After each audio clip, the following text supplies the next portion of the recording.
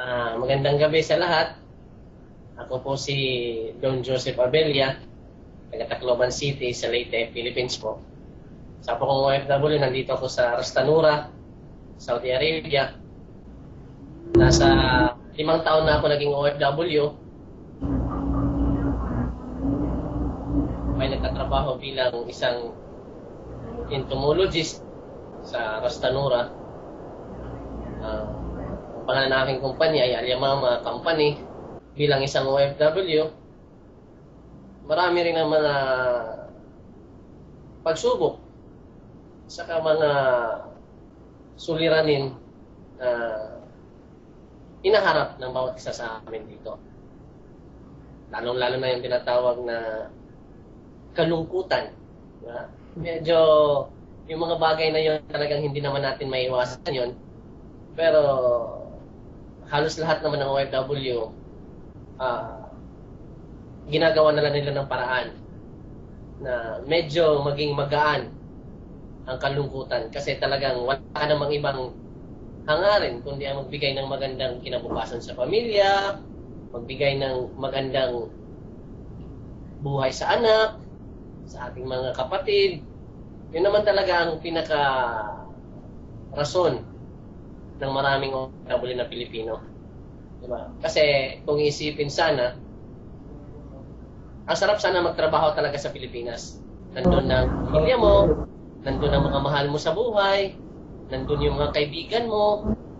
At saka syempre, mas medyo komportable ka sa mga gagawin mo kasi nasa lugar ka nyo kaysa nandito ka sa ibang mundo, ibang bansa, at ibang bahagi ng mundo.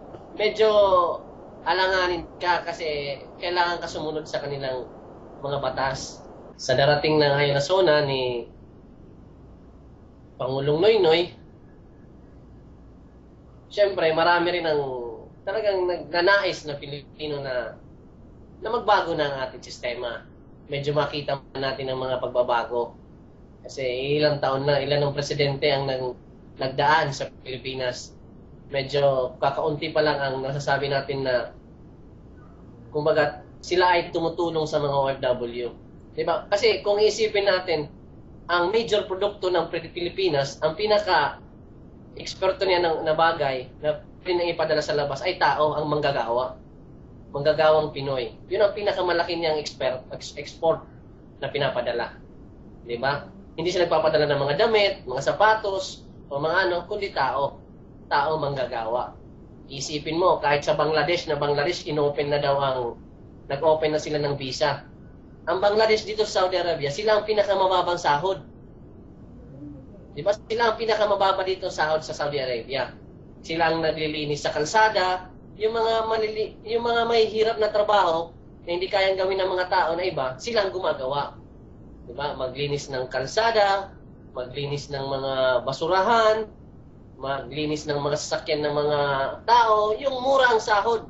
Diba? Kasi kung ikukumpira mo, i-convert mo ang pera nila, nasa 300 reals lang ang buwan nila. Kung i-convert mo yan sa pesos, 3,000 pesos lang ang buwan nila.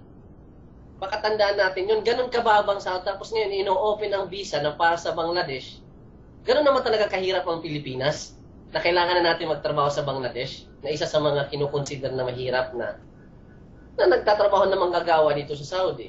Diba nakakalungkot, napakasakit isipin na kailangan natin talagang, kumbaga kailangan na talaga natin ang Bangladesh para lang tayo mabuhay.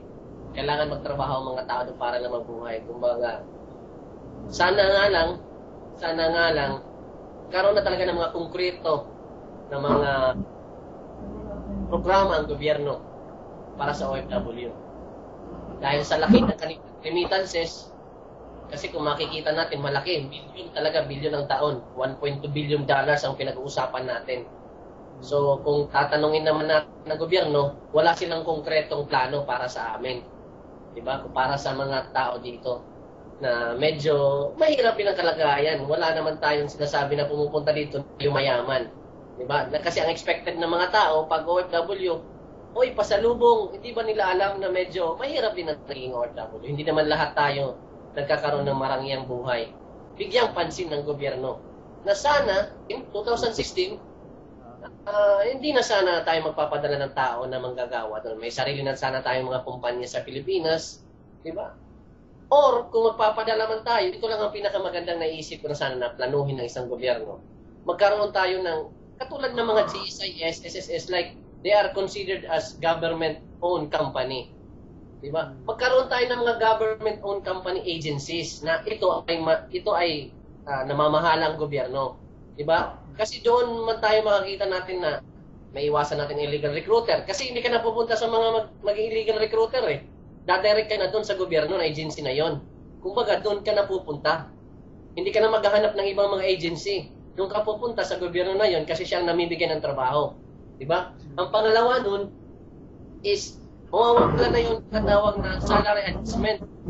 Kasi paminsan, yung isang FW, pag nandiyan siya sa Pilipinas, pupipirma siya ng kontrata. Tapos ang nangyayari, pagdating dito sa Saudi, sinichange yung kanyang kontrata.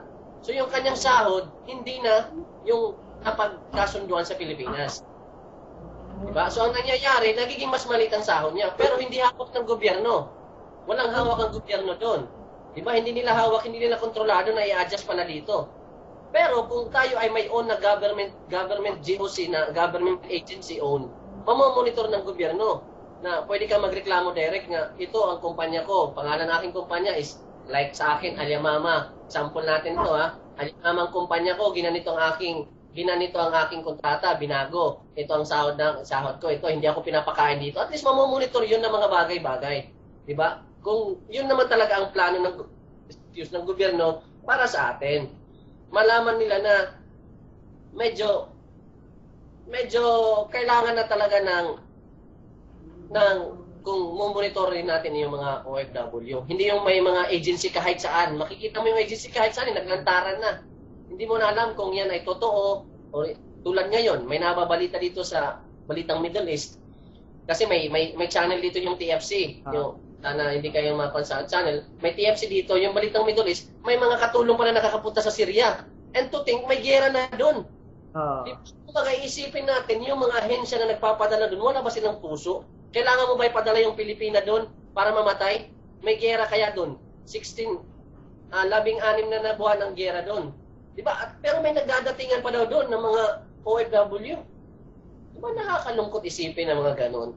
Na sana ay ginagawa ng paraan ng gobyerno ang mga solusyon noon. Kasi kung talaga naman gusto nila makatulong sa OFW, yun ang pinakamaganda eh. Diba? Saka isa pa, marami kasi mga concern dyan eh, pero di ko alam kung saan ba ang uunahin ng gobyerno. Tulad ng medical care.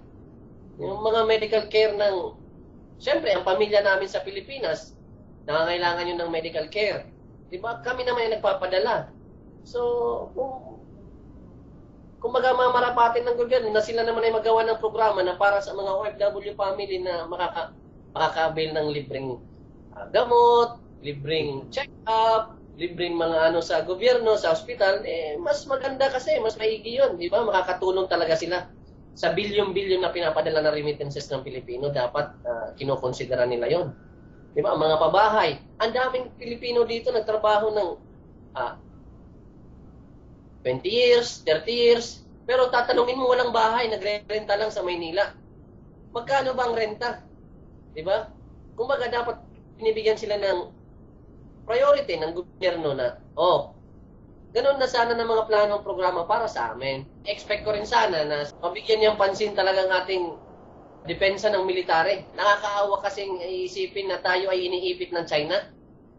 Diba? Nakakaawang isipin na ang China, kaya nila magtapon ng mga saging na galing sa Pilipinas. Magkaroon tayo ng depensa naman lang sa ating military. Na hindi masyado tayong iniipit na pag gusto mo na kunin ng isang bagay, wala ka naman palang talang kayang gawin. Kung magkakaroon naman siya ng depensa na Pilipinas, di mas maganda, mas maigi. Kaysa ngayon pinapasok na tayo ng China, wala tayong magawa, kundi ang hintay na lang ba natin? Hintay na lang na bumbahin na tayo ng China. Di ba? Ilan na mga presidente ang nagdaan, nanalo. Wala man tayong mga jet fighter, wala man tayong mga tangke, wala tayong mga aircraft carrier, wala tayo noon. Di ba nakakalungkot isipin na pwede tayong atakihin anytime ng isang estado na malapit sa atin na kaya tayong girahin. Di ba? So nakakalungkot lang isipin ng mga ganun na bagay. Sana dapat bigyan pa rin ng pansin ng Pangulo ng mga ganun na bagay.